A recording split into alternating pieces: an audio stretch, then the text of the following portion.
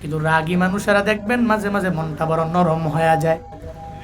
হ্যাঁ, যেই স্বামী বেশি রাগ করে ওই স্বামীর ভিতরে বেশি পরিমাণে মায়া। ও তারা সে আম্মা জান, যদিও মাঝে মাঝে আপনার স্বামী আপনার ধমক দেয়, যদিও রাগান্বিত হয়ে যায়, ক্রোধান্বিত হয়ে যায়, মনে রাখবেন গো মা, আপনার স্বামী আপনারে বড্ড পছন্দ করে, ভালোবাসে। আপনি এটা মনে করবেন না একবার ধমক দিলে আপনারে তাড়াইয়া দিল, এমন না। মাঝে মাঝে ধমক দিবে, আবার মাঝে মাঝে আদরও করবে, স্নেহের ডাকও দিয়া দিবে। ও বান্দারা, দেখবেন যে এই মানুষগুলোর ভিতরে অনেক পরিমাণে রাগ এসে যায়, ওই মানুষটাও দেখবেন মাঝে মাঝে দয়ালু হয়ে চোখের পানি ফেলায়া কান্না করে। হযরতে ওমর তাকায়া দেখে রাস্তার মধ্যে হাউমাউ করে যুবকের কান্না, যুবক চোখের পানি ফেলায়া ফেলায়া কান্না করে। হযরতে ওমরের যুবকের কান্না দেখে নিজের চোখ দিয়া পানি চলে আসলো।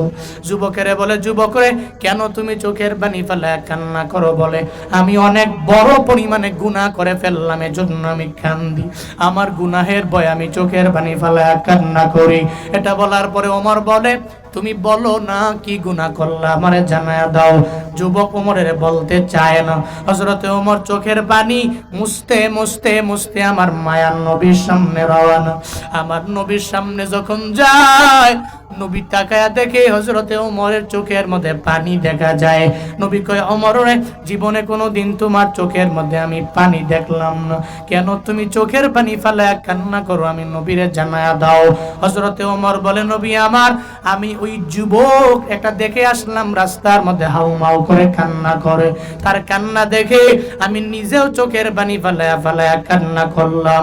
মায়ার নবী কয়, রে ওমর, যুবক কেন কান্না করে? নবী গো, যুবক আমারে বলে নাই কেন চোখের পানি ফেলায়া কান্না করে, আমারে বলে নাই। মায়ার নবী কয়, ওমর যাও যাও, যুবকের দরবারে যাও, যুবকের দইরা আমি নবীর সামনে আইনা বসাইয়া দাও। হযরতে ওমর গেলেন, যুবকের দইরা নবীর দরবারে আনলেন। যুবক কান্না করে। মায়ার নবী কয়, যুবক তুমি কেন চোখের পানি ফেলায়া কান্না করো? কয়, নবী আমার, আমি অনেক পরিমাণে বড় গুনাহ করলাম, এই জন্য ওই গুনাহের ভয়ে আমি চোখের পানি ফেলায়া ফেলায়া কান্না করি। মায়ার নবী কয়, রে যুবক, তুমি এত পরিমাণ বড় গুনাহ করলা, যার কারণে কান্না করো? কয়, অনেক পরিমাণে গুনাহ বড়। কয়, তোমার গুনাহ বড় নাকি আমার মাওলার আরশ বড়? কয়, নবী গো, আমার গুনাহ বড় না, আমার গুনাহ বড়, আল্লাহর আরশটা আমার গুনার চাইতে বড় না। আমার মায়ার নবী কয়, যুবক, তোমার গুনাহ বড় নাকি আমার মাওলার কুরসিটা বড়? কয়, নবী গো, আমার গুনাহ বড়, আল্লাহ তাআলা যেই কুরসির মধ্যে বসে ওই কুরসিটা বড় না। তাহলে তুমি কি গুনাহ করলা? শিরকের গুনাহের মধ্যে লিপ্ত হলা কিনা, অথবা তুমি কোনো কুফরি করলা কিনা, অথবা কাউরে মেরে ফেললা কিনা? যুবক জানায়া দেয়, নবী আমার, আমি কাউরে মারি নাই, আমি কাউরে হত্যাও করি নাই গো নবী আমার, আমি কারো মনের মধ্যেও আঘাত দেই নাই গো পয়গম্বর। তবে আমি কি করেছি জানেন? আমি যখন কোনো লাশ কবরের মধ্যে দাফন করা হয়, আমি কবরটা খনন করে ওই কবর থেকে লাশের কাফনটা চুরি করে আইনা বাজারে নিয়ে যাই, এটা আমি বিক্রি করি, এটা আমার কন্টিনিউ ওয়ার্ক, আমি এভাবে জীবিকা নির্বাহ করি। একদিন আমি গত 4-5 দিন আগে একটা কবরের মধ্যে যখন যাই, মাটি সরে যখন কবরের মধ্যে আমি ঢুকে গেলাম, আমি ঢুকার পরে দেখি ওই কবরের মধ্যে একটা যুবতীর লাশ দেখা যায়। শয়তানের ধোঁকায় পড়ে গেলাম। আমি মনে মনে ভাবলাম, কাফনটা চুরি করার পরে এই মহিলাটার সাথে জেনা করতে পারলে দুনিয়ার কেউ আমারে দেখবে না। আমি ওই কবরের মধ্যে ওই মহিলার লাশ থেকে কাফনটাকে বের করেছি। আমি কবরের মধ্যে ওই মহিলার সাথে জেনা করেছি। ও পয়গম্বর, জেনা করার পরে যখন আমি উঠব, কাফনটা নিয়ে কবর থেকে যখন বের হয়ে আসব, আমি যখন মাটি চাপা দিয়ে চলে আসবো, এমন একটা সময় যখন হয়ে গেল, কে যেন গায়েব থেকে আওয়াজ দেয়, একটা অদৃশ্য থেকে সাউন্ড আমি পেয়ে গেল। আমারে ডেকে বলে, রে যুবক, তোর কি ঘরের মধ্যে মাও নাই, তোর কি ঘরের মধ্যে বোনও নাই, তোর কি কেউ নাই যার জন্য বিন্দু মাত্র মায়াও তোর মনের মধ্যে নাই? আমার এলাকার লোকেরা, আমার মা বাবা পরিবার আমারে কষ্ট করে করে করে এই কবরের মধ্যে আমারে শুয়ে দিয়া গেল। এদের চোখের মধ্যে পানির অভাব নাই। এরা আমারে গোসল করাইয়া জীবনের শেষ গোসল দিয়া কাফন পরাইয়া এরপরে দাফন কাজ সম্পাদন করে এরা চলে গেল। ও যুবক রে, তুই আমার সাথে জেনার কাজের মধ্যে লিপ্ত হয়ে গেল, আবার আমার অপবিত্র বানাইয়া যুবক তুই কোন দিকে রওনা হয়ে যাও। ওই নবীর দরবারে বলে, হুজুর আমি যখন উঠবো বাপ, আমারে বারবার ওই মহিলাটা আমারে বলতে লাগলো, মনে হয় একটা গায়েব থেকে আমি আওয়াজটা আমার কানের মধ্যে বেজে উঠলো মনে হয়। ওই মহিলা ডেকে বলে, ওরে যুবক, এই কবরের মধ্যে কি তোর আশা লাগবে না? একদিন এই কবরের মধ্যে তোরও আশা লাগবে। ওদিন যদি তোর সাথে কেউ অন্যায় করে তোর কাফনটাকে চুরি কইরা নিয়ে যায়, ওদিন তো চোখের পানি ফেলে কান্না করলেও না হবে না। যুবকরে, কবরে কি আসবি না? একদিন কি তোর কবরের মধ্যে যাওয়া লাগবে না? হুজুর আমি এই কথা শোনার পরে এতদিন হয়ে গেল আমার পেটের মধ্যে আমি খাবার দিতে পারি না, আমি খাবারে বসতেও পারি না। কেন যেন মনে হয় মহিলাটা বারবার আমারে ডাক দেয়। একটা পর্যায়ে আমি যখন চিন্তা ভাবনা করলাম আমারও কবরের মধ্যে যাওয়া লাগবে, একদিন আমারও মরণ হবে, আমারও কবরের মধ্যে যাওয়া লাগবে। এই চিন্তা যখন আমার অন্তরে ঢুকলো, আমি মনে মনে ভাবলাম জীবনে আমি কাফন চুরি করার জন্য কবরের মধ্যে যাব না। আমি হাউমাউ করে চোখের পানি ফালা কান্না করতে লাগলো। আমার মায়ার নবী কয়, যুবক, একটা মানুষ কি এত পরিমাণে বড় গুনাহ করতে পারে?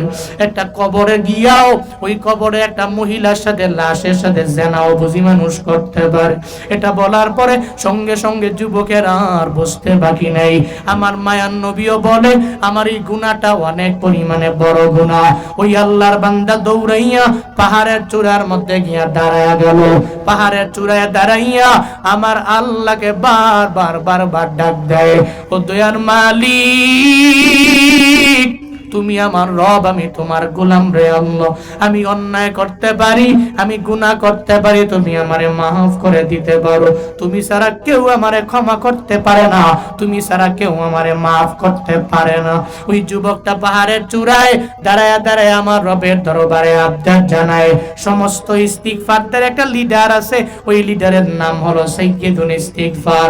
আল্লাহুম্মা আনতা রাব্বি লা ইলাহা ইল্লা আনতা খালাকতানি ওয়া আনা আবদুক ওয়া আনা আলা আহাদিক ওয়া ওয়া'দিকা মাসতাতা'তু আউযু বিকা মিন শাররি মা সানা'তু আবু'ু লাকা বিনি'মাতিকা আলাইয়া ওয়া আবু'ু লাকা বিযামবি ফাগফিরলি ফাইন্নাহু লা ইয়াগফিরুদ দুনুবা ইল্লা আনতা।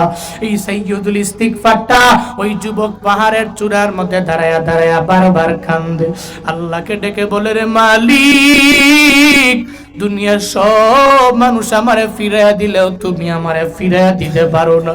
আমি গুনাহ করেছি, আমি অন্যায় লাইনে অগ্রগামী হয়ে গেলাম। আল্লাহ গো, তুমি চাইলেই তো আমার গুনাহগুলোকে মাফ করে দিতে পারো।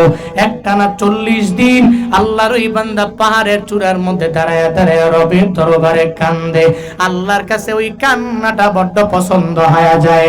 আল্লাহ কয়, জিবরাইল, নবীর দরবারে তুমি চলে যাও, আমার নবীরে 2টা প্রশ্ন করবা, এরপরে ওই ব্যক্তি ক্ষমার ব্যাপারে জানায়া দিবা। জিবরাইল নবীর দরবারে আসলেন, আয়েশা বলে, ও পয়গম্বর, এই বিশাল আসমান জমিনের মালিক কে? আমার নবী জানায়া দিলেন, আল্লাহ। কে? নবীরে জানায়া দেয়, আসমান জমিনের মালিক কে? নবী কয়, আল্লাহ। এরপরে কয়, আসমানের নিচে জমিনের উপরে যত মাখলুকাত, এই সমস্ত মাখলুকাতের রিজিকের ব্যবস্থা কে করে?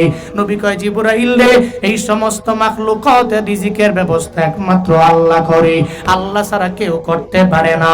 আপনারাই বলেন তো, এই গরিবেরা মাঝে মাঝে গরিব হওয়ার পরে রাগান্বিত হয়ে গেলেন, ক্রোধান্বিত হয়ে গেলেন, মনে রাখবেন কোনো চিন্তা নাই, রিজিকের দায়িত্বভার আমার মাওলা আওয়ামী লীগের হাতে দেয় নাই, বিএনপির হাতে দেয় নাই, জামাতের হাতের মধ্যে দেয় নাই, হেফাজতের হাতে দেয় নাই, জাসদ বাসদের হাতের মধ্যে দেয় নাই, ডোনাল্ড ট্রাম্পের হাতে দেয় নাই, জো বাইডেনের হাতের মধ্যে দেয় নাই। রিজিকের দায়িত্বভার একজনের কাছে, চিল্লায়া বলো তার নাম। মায়ান নবী বলে, সাহাবায়ে কেরাম, রিজিক নিয়ে কেন চিন্তা করো? রিজিক নিয়ে চিন্তা করা কইরা কোনো লাভ নাই। কেন চিন্তা করো, একটা পাখির দিকে তাকায়া দেখ। ওই পাখিটা সকালবেলা ঘর থেকে বের হয়ে গেল, সকালবেলা ঘর থেকে বের হয়ে যায়, ওই পাখির ঘরের মধ্যে পাখির ছানা আছে, সারা দিন লাগায়া লাগায়া ঘুরে, এরপরে রাতের বেলা আবার ঘরের মধ্যে বাচ্চাদের জন্য খাবার নিয়ে ফিরে। ও সিরাজগঞ্জের মুসলমান, আমার একটু বলো না, এই যে পাখিটা ছানার জন্য খাবার নিয়ে যায়, তার বাচ্চার জন্য খাবার নিয়ে যায়, কয়দিন আমি আর আপনি খাবার দিলাম? কয়দিন দিছি? কোনো দিন। একদিন পাখিরে খাবার দিলে দ্বিতীয় দিন আর নাই, তাহলে এই পাখি ঘুরে কেমনে, এই পাখি চলে কেমনে, এই পাখিরে খাওয়ায় কেডা? আরো জোরে বলতে হবে, কে? পাখিরে তো খাওয়ায় আল্লাহ, আল্লাহ খাওয়ায়।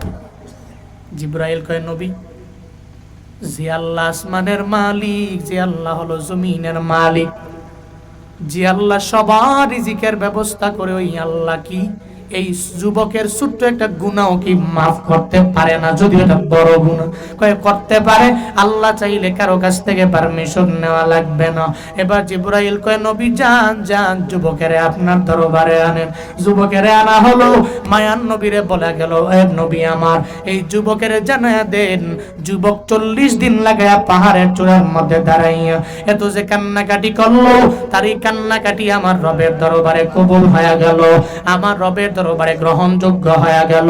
ওই যুবকের এত বড় গুনাহ আমার মাওলার কাছে কান্না করার কারণে আল্লাহ তার গুনাহগুলো মাফ করে দিয়েছে। বলেন সুবহানাল্লাহ। কে মাফ করে দিয়েছে?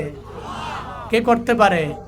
ইয়া ইলাহি তো মেরা গফফার হ্যায়, ইয়া ইলাহি তো মেরা सत्तारो है, या इलाही तो मेरा माबूद है, या इलाही तो मेरा माशूक है, या इलाही तो मेरा हन्नान है, या इलाही तो मेरा मन्नान है। তাওবা করলে কে মাফ করে? কে মাফ করে? আজকে থেকে নিয়ত করেন, ডেইলি 100 বার না পারলেও, 50 বার না পারলেও, 20 বার না পারলেও, অন্তত পক্ষে 5 থেকে 10 বার রবের দরবারে তওবা করব। পারবো? পারবো তো ইনশাআল্লাহ। যদি জিন্দেগিতে গুনাহ থাকে তাহলে পারবেন, গুনাহ না থাকলে দরকার নাই। আল্লাহ আমাদের সবাইকে তাওবা করার তৌফিক দান করেন। জোরে পড়েন আমিন। নবীজিকে আল্লাহ পাক জানায়া দিলেন, নবী আপনার বোঝাগুলো আমি আল্লাহ সরাইয়া দিলাম, সব বুঝে আমি আল্লাহ আপনার থেকে সরাইয়া দিলাম। নবী আমার,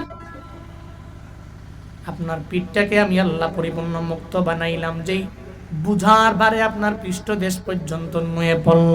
এরপরে আল্লাহ পাক নবীরে জানায়া দেয়, ওয়া রাফা'না লাকা যিকরাক। জোরে বলেন আল্লাহু আকবার।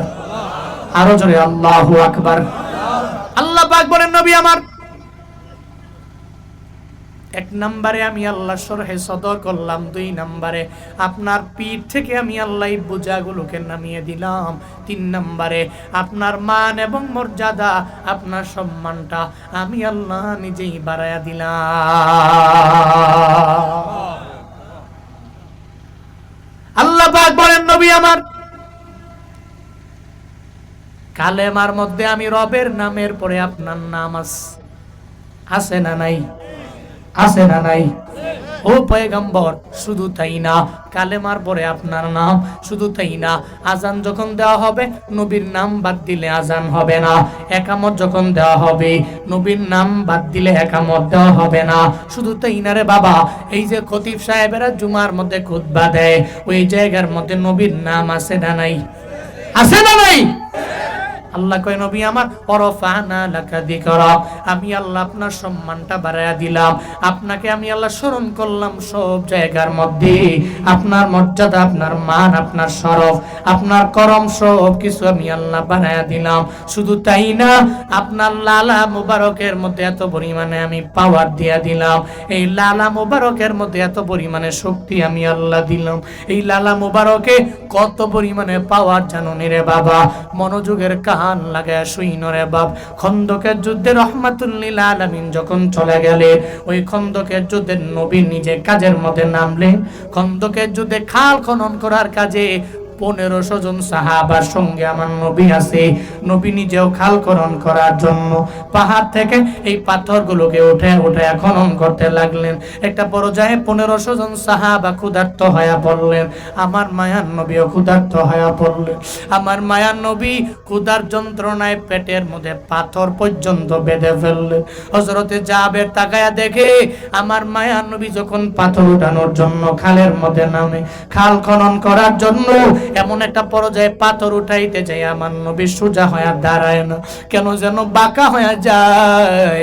হযরতে জাবের এটা দেখার পরে চিন্তায় পড়ে গেলে হযরতে জাবের দৌড়ে যায় আমার মায়ার নবীর দরবারে গিয়া বলে, পয়গম্বর আমার, আপনি কেন বারবার বাঁকা হয়ে থাকেন, কেন আপনি সোজা হন না?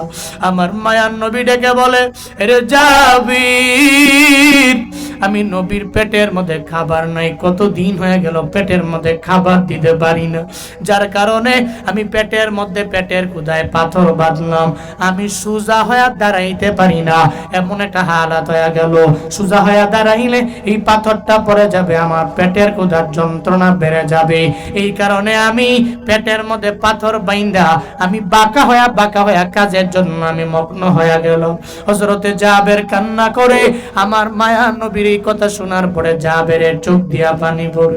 হযরতে জাবের ডেকে বলে, ও পয়গম্বর, আমি একটু বাড়িতে যাব, আমারে পারমিশন দিয়া দেন, আমারে অনুমতি দিয়া দেন। হযরতে জাবের যখন বাড়ির মধ্যে চলে যায়, যা কয়, বিবি সাহেবা, ঘরের মধ্যে খাবার আছে নি? আমি জাবের রে বলো না।